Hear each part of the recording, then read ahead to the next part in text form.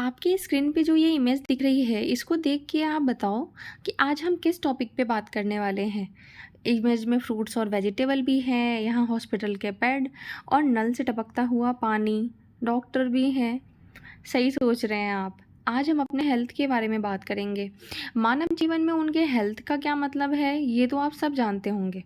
बचपन में आपने एक पोएम ज़रूर सुनी होगी, हेल्थ इज़ वेल्थ, मतलब स्वास्थ्य ही धन होता है।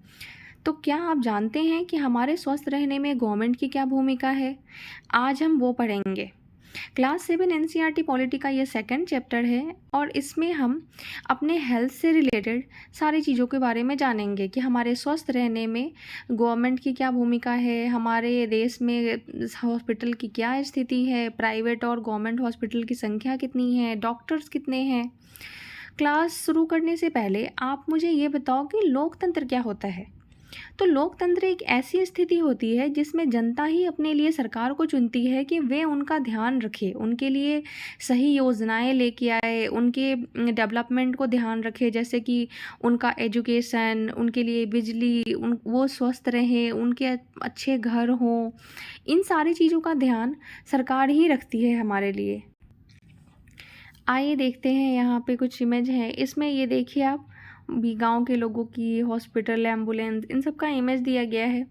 इन सबको देख के भी आप इंटरेस्टेड हो सकते हैं पढ़ने के लिए। नेक्स्ट क्या है कि स्वास्थ्य क्या है। आपको क्या लगता है कि स्वास्थ्य का मतलब क्या होता है? कि अगर हम बीमारी से मुक्त हैं, अगर हमें कोई बीमारी नहीं है, कोई चोट नहीं लगी, तो हम स्वस्थ हैं?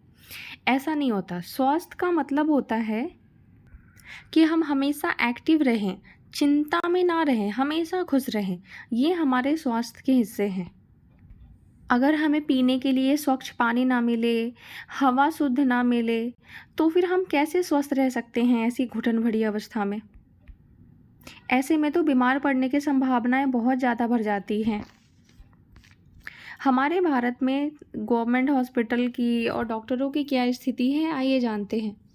संसार भर में भारत में सबसे ज़्यादा जो मेडिकल कॉलेज है ना, वो भारत में ही है। सबसे ज़्यादा डॉक्टर भी भारत में ही बनते हैं। हर साल लगभग 30,000 से अधिक नए डॉक्टर उपाधि लेते हैं। पिछले कुछ वर्षों में स्वास्थ्य सेवाओं की सुविधा में बहुत वृद्धि हुई है। जैसे 1950 में अगर आप देखें तो भारत में सिर्फ 2,717 हॉस्पिटल थे और 1991 में ये 11,174 हो गए। 2017 में ये संख्या बढ़ के 23,583 हो गए हैं। तो अभी तो 2024 है, ये संख्याएं काफ़ी बढ़ गई है, लेकिन फिर भी हमारे ही देश में सबसे ज़्यादा लोग बीमार रहते हैं। भारत में विदेशों से बहुत बड़ी संख्या में लोग इलाज कराने आते हैं क्योंकि यहाँ पे इलाज सस्ते में हो जाता है। अगर आप संसार से तुलना करेंगे तो भारत बहुत सस्ता पड़ता है यहाँ पे इलाज करवाना, इसीलिए लोग बाहर से यहाँ पे इलाज करवाने आते हैं। भारत विश्व का दवाएं निर्मित करने वाला तीसरा बड़ा देश है। यहाँ से भारी मात्रा में दवाई का निर्यात होता है। अब इतने सारे डॉक्टर हैं तो सब हैं कहाँ पे? तो भारत में जितने भी डॉक्टर हैं ये सब शहरी क्षेत्र में बसते हैं। गांव वाले को उन तक पहुंचने में बहुत लंबी दूरी तय करनी पड़ती है, बहुत टाइम लग जाता है। ग्रामीण क्षेत्रों में जनसंख्या के मुकाबले डॉक्टर बहुत कम है। अगर कोई भी इतना पैसे लगा के डॉक्टर बनता है तो वो गाँव में रहना ही नहीं चाहता है। उन्हें लगता है कि शहर में ही रहेंगे और वहाँ पर अच्छे पैसे कमाएंगे। भारत में करीब 5 लाख लोग हर वर्ष टीबी से मर जाते हैं। स्वतंत्रता प्राप्ति के बाद भी अभी इस संख्या में कोई परिवर्तन नहीं हुआ है। हर वर्ष मलेरिया से लगभग 20 लाख मामले की रिपोर्ट प्राप्त होती है। यह संख्या कम ही नहीं हो रही है। और ये तो ऐसा है डाटा है जो हमें पता है। ऐसे कितने डाटा होते हैं जिनके बारे में हमें पता ही नहीं होता। हम सबको पीने का स्वच्छ जल नहीं मिल पा रहा है। इसकी वजह से संचारणीय बीमारी जो कि पानी से ही एक दूसरे में लगती है, इसकी संख्या 21% है। जैसे कि हैजा, पेट के कीड़े, हेपेटाइटिस, ये सब पानी से। हमारे देश में जितने बच्चे हैं उनमें से आधे बच्चे को तो भरपेट भोजन ही नहीं मिलता, जिसकी वजह से वे अल्प पोषण के शिकार हो जाते हैं। बीमारियों से बचाव और उनके स्वास्थ्य उपचार के लिए हमें कुछ सेवाएं भी चाहिए होती है, जैसे कि स्वास्थ्य केंद्र, हॉस्पिटल, परीक्षणों के लिए प्रयोगशालाएं जहाँ पे ब्लड टेस्ट किए जा सकें, एम्बुलेंस की सुविधा चाहिए जिस वजह से हम जल्दी हॉस्पिटल पहुँच पाएंगे, ब्लड बैंक जैसे कि अगर किसी को इमीडिएटली ब्लड की नीड हो तो उसको ब्लड मिल सके, जो मरीजों की आवश्यक सेवा और देखभाल उपलब्ध करा सकेगी। ऐसी सुविधाओं को चलाने के लिए भी हमें स्वास्थ्य सेवक, नर्स, योग्य डॉक्टर और अन्य स्पेशलिस्ट की ज़रूरत होगी, जो कि हमें परामर्श दें और रोगों की सही पहचान कर सके, उनका इलाज कर सके। ऐसा ना हो कि एक मामूली से पेट दर्द के लिए वो पेट में स्टोन बता दे, तो हमें ऐसे डॉक्टर नहीं चाहिए ना। मरीजों के इलाज के लिए हमें आवश्यक दवाइयाँ और उपकरण भी चाहिए होते हैं। जब हम बीमार होते हैं तो अपने इलाज के लिए हमें इन सभी सुविधाओं की ज़रूरत होती है। भारत में बहुत बड़ी संख्या में डॉक्टर, दवाखाने और अस्पताल हैं। देश में सार्वजनिक स्वास्थ्य सेवाओं को चलाने का पर्याप्त अनुभव और ज्ञान भी उपलब्ध है। सार्वजनिक स्वास्थ्य सेवाएं ऐसी सेवाओं होती है जिसे सरकार चलाती है। सरकार अपनी जनसंख्या के एक बड़े भाग की देखभाल करने में भी समर्थ है, जो सैकड़ों गांवों और शहरों में फैली हुई है। चिकित्सा विज्ञान में बहुत ही असाधारण प्रगति हुई है। हम बहुत ही तेज़ी से आगे बढ़ रहे हैं, जिसकी वजह से हम नई टेक्निक और बहुत सारे नए नए मेथड की भी खोज कर रहे हैं, और ये सब हमारे देश में उपलब्ध भी हैं। लेकिन फिर भी अगर हम दूसरी तरफ देखते हैं तो हमारे देश में स्वास्थ्य की स्थिति कितनी खराब है। ऊपर जिन जिन सुविधाओं के बारे में दिया गया है, उनके बावजूद भी हम उचित स्वास्थ्य सेवाएं देने में असमर्थ हैं। यह एक विरोधाभासजनक स्थिति है जो हमारी अपेक्षाओं के विपरीत है। हमारे देश के पास पैसा है, ज्ञान है, अनुभवी व्यक्ति हैं, फिर भी हम सबको आवश्यक स्वास्थ्य सेवाएं देने में असमर्थ हैं।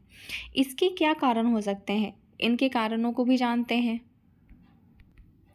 भारत में प्रायः यह कहा जाता है कि हम सबको स्वास्थ्य सेवाएं प्रदान करने में असमर्थ हैं, क्योंकि हमारी पॉपुलेशन, हमारी जनसंख्या इतनी बड़ी है और सरकार के पास पर्याप्त धन और सुविधाएं नहीं हैं।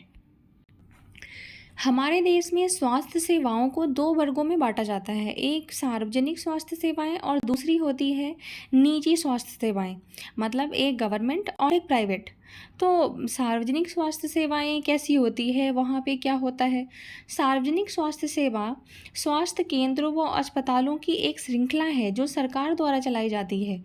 ये केंद्र व अस्पताल आपस में जुड़े होते हैं, जिससे ये शहरी और ग्रामीण दोनों ही क्षेत्रों को सुविधा प्रदान करते हैं, और सभी बीमारियों, साधारण से लेकर विशेष देखभाल की ज़रूरत वाली बीमारियां, इन सब की इलाज की जाती है। ग्राम के स्तर पर एक स्वास्थ्य केंद्र होता है जहां प्रायः एक नर्स और एक ग्राम स्वास्थ्य सेवक रहता है। इन्हें सामान्य बीमारी के इलाज के लिए प्रशिक्षण दिया जाता है। वे प्राथमिक स्वास्थ्य केंद्रों के डॉक्टरों की देखरेख। ग्रामीण क्षेत्र में ऐसा केंद्र कई गांवों की ज़रूरतों को पूरा करता है। वहीं जिला स्तर पे जिला अस्पताल होता है जो इन सभी स्वास्थ्य केंद्रों की देखभाल करता है। मतलब ग्रामीण स्तरों पे जो स्वास्थ्य केंद्र होता है उसकी देखभाल जो जिला स्तर पे स्वास्थ्य केंद्र होता है वे करते हैं। बड़े शहरों में कई सरकारी अस्पताल होते हैं, जैसा आपने अपने आसपास भी देखा होगा। अब ऐसे अस्पताल को सार्वजनिक क्यों कहा जाता है? तो सार्वजनिक कहने के पीछे भी कई कारण हैं, क्योंकि सरकार ने सभी नागरिकों को स्वास्थ्य सेवाएं प्रदान करने के लिए वचनबद्धता को पूरा करने के लिए ये अस्पताल और स्वास्थ्य केंद्र स्थापित किए हैं। इन सेवाओं को चलाने के लिए धन उस पैसे से आता है जो लोग सरकार को टैक्स के रूप में देते हैं। आपने देखा होगा कि जो लोग जॉब में होते हैं उनके पैसे का कुछ परसेंट ऐसा होता है जो सरकार को टैक्स के रूप में उनकी सैलरी मिलने से पहले ही कट जाता है, क्योंकि ये पैसा सरकार देश के लोगों से ही लेती है, इसीलिए ये सुविधाएं सभी के लिए होती है। सार्वजनिक स्वास्थ्य व्यवस्था का एक महत्वपूर्ण पहलू ये है कि इसका उद्देश्य अच्छी स्वास्थ्य सेवाएं निःशुल्क या बहुत कम कीमत पर देना है, जिससे गरीब लोग भी अपना इलाज करा सकें। आपने अभी देखा कि सरकार जो हॉस्पिटल बनवाती है वो टैक्स के पैसे से बनाती है, तो आपके मन में एक सवाल तो ज़रूर आया होगा कि आखिर सरकार को टैक्स देना क्यों ज़रूरी है? हम जो भी कमाएँ, उसमें से हर महीने एक फ़िक्स अमाउंट सरकार को देना ज़रूरी क्यों है? उससे हमें क्या फ़ायदा होगा? तो आइए जानते हैं। सरकार को टैक्स के रूप में जो पैसे मिलते हैं ना, उससे वे सार्वजनिक सेवाओं को मुहैया कराने पे खर्च करती है। जैसे कि सभी लोगों के लिए जो भी चीज़ें होती है, पुलिस स्टेशन, न्यायिक व्यवस्था, जो रोड बनते हैं, बस स्टॉप पे आपने देखा होगा कि एक प्रतीक्षालय बनाया जाता है, बैठने के लिए कुछ चेयर और एक छत जैसी होती है। इन सभी का निर्माण जो टैक्स से पैसे मिलते हैं ना, उसी से होता है। अगर ये सभी नागरिकों के पैसे से बन मिलकर नहीं बना होगा, तो सभी नागरिकों के लिए भी नहीं होगा। सरकार एक जरिया है जहाँ पे लोग अपने टैक्स के कुछ पैसे देते हैं और सरकार उनके लिए ये काम करती है। जनता खुद ही अपने पैसे से ये काम नहीं करवा सकती, कोई तो चाहिए ना। जैसे सभी से अब रोड बनाना कोई 10-5 रुपए की चीज़ तो होती नहीं है, उसमें करोड़ों रुपए लग जाते हैं। तो कोई तो व्यक्ति होना चाहिए ना जो सभी से पैसा कलेक्ट करके जमा करे और इसको पूरा कराने की जिम्मेवारी ले। तो यही काम सरकार करती है, सभी जनता से पैसे लेती है, इकट्ठा करती है और उसी पैसे से वे सड़क, हॉस्पिटल और इन सब चीज़ों का निर्माण करवाती है, जिसका लाभ साधारण जनता उठा सके। सरकार टैक्स के पैसे से कुछ डेवलपमेंट प्रोग्राम भी चलाती है, जैसे कि शिक्षा, स्वास्थ्य, रोजगार, सामाजिक कल्याण, व्यावसायिक परीक्षण। इनसे जिनको ज़रूरत होती है, जो ज़रूरतमंद नागरिक होते हैं, उन्हें लाभ मिलता है। टैक्स से प्राप्त धन का उपयोग कुछ प्राकृतिक आपदाओं जैसे कि बाढ़, भूकंप, सुनामी, इन सब मामलों में राहत दिलाने के लिए और लोगों के पुनर्वास के लिए भी किया जाता है। अंतरिक्ष में जो परमाणु एवं जो प्रक्षेपास्त्र जाते हैं, उनसे सभी कार्यक्रमों का संचालन जो टैक्स से पैसे आते हैं ना, उन्हीं से होता है। सरकार खास तौर से गरीबों को कुछ सेवाएं प्रदान करती है जो वे बाजार से नहीं खरीद पाते। इसका एक एग्जाम्पल स्वास्थ्य संबंधित सेवा भी है।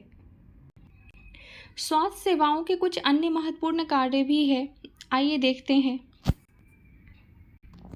बीमारियों जैसे टीबी, मलेरिया, पीलिया, दस्त, हैजा, चिकुनगुनिया आदि, इन सबको फैलने से रोकना भी स्वास्थ्य सेवाओं का ही कार्य होता है।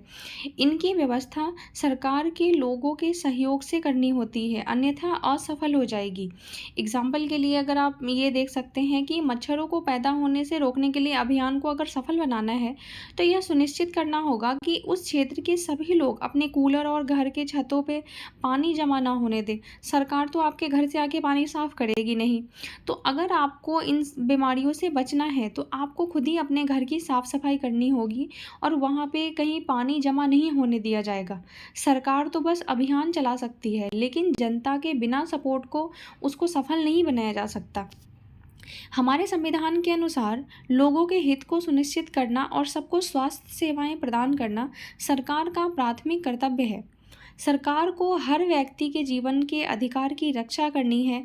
यदि कोई अस्पताल समय पर व्यक्ति को इलाज नहीं प्रदान कर पाता है, इसका मतलब है कि उसे जीवन की सुरक्षा नहीं दी जा सकती है। आपने फंडामेंटल राइट पढ़ा होगा, उसमें हमारे संविधान के भाग 3 में दिया गया है। उसमें जो आर्टिकल हैं वो 12 से लेके 35 तक हैं।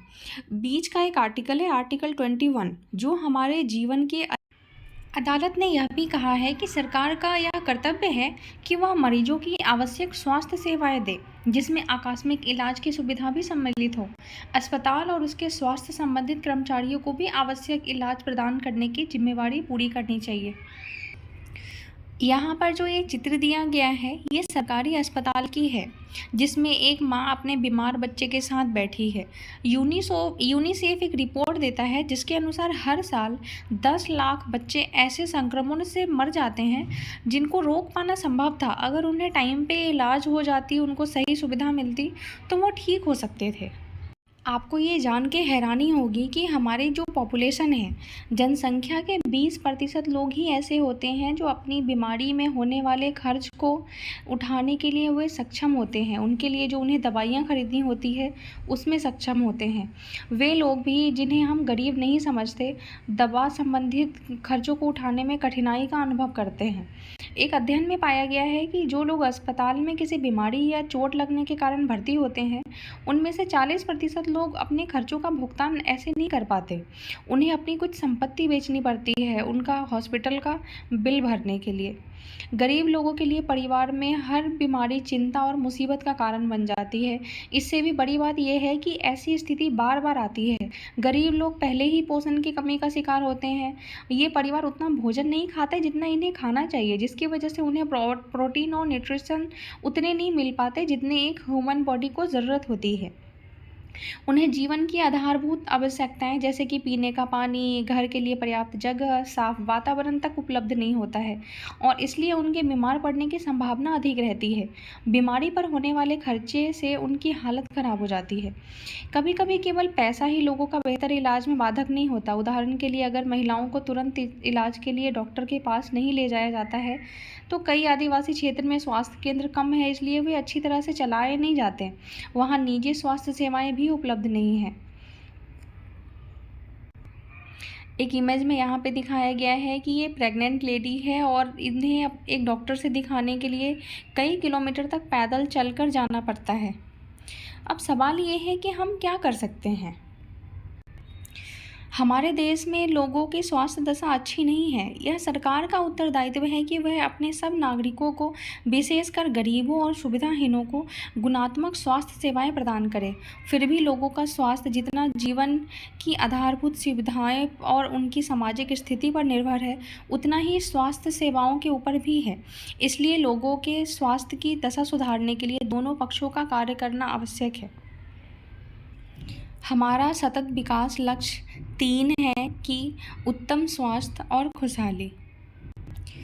स्वास्थ्य सेवाओं में सुधार लाने के लिए यहाँ पे केरल का एग्जाम्पल दिया गया है। केरल ने कुछ ऐसा किया कि वहाँ पे लोग स्वस्थ रहते हैं और वहाँ का अगर आप देखोगे तो एजुकेशन में परसेंटेज सबसे ज़्यादा पढ़े लिखे लोग वहीं पे रहते हैं। अब आप मैप में देख के बताओ केरल कहाँ पे है। ये देखो, ये बिल्कुल कॉर्नर में यहाँ पे ये रहा केरल। बस इतना छोटा सा स्टेट है, बहुत बड़ा नहीं है, बिल्कुल कोने में है।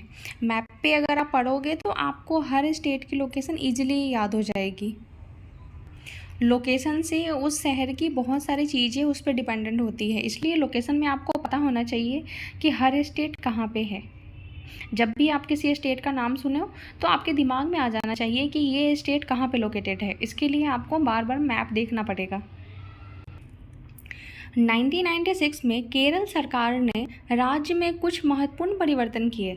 राज्य के पूरे बजट का 40% पंचायत को दे दिया। इससे पंचायतें अपनी आवश्यकताओं को योजनाबद्ध कर उसको पूर्ति कर सकती है। इससे गांव के पीने के लिए पानी, आहार, औरतों का विकास और शिक्षा आदि के लिए उचित व्यवस्था सुनिश्चित करना संभव हो सका। इससे क्या हुआ तो इसके फलस्वरूप जल वितरण व्यवस्था शुरू की गई, स्कूलों और आंगनवाड़ी के काम को सुनिश्चित किया गया, गाँव की विशेष समस्याओं पर ध्यान दिया गया, स्वास्थ्य केंद्रों में भी सुधार किया गया। इन सब कार्यों की स्थिति में सुधार आया। इतने प्रयत्नों के बाद भी कुछ समस्याएं तो बनी रही, जैसे कि दवाई की कमी, अस्पताल में बेड अवेलेबल नहीं थे, पर्याप्त डॉक्टर नहीं थे। ये सब छोटी छोटी प्रॉब्लम थी। इन समस्याओं को दूर करने की यहाँ एक छोटी सी कंट्री कोस्टारिका का एग्जाम्पल दिया गया है कि उन्होंने अपनी स्वास्थ्य स्थिति में कैसे सुधार किया। तो कोस्टारिका का तरीका क्या था। कोस्टारिका को मध्य अमेरिका का सबसे स्वस्थ देश माना जाता है क्योंकि इसका मुख्य कारण उसके संविधान में ही निहित है। कई वर्ष पहले कोस्टारिका ने एक बहुत महत्वपूर्ण निर्णय लिया था कि वे देश में सेना नहीं रखेंगे।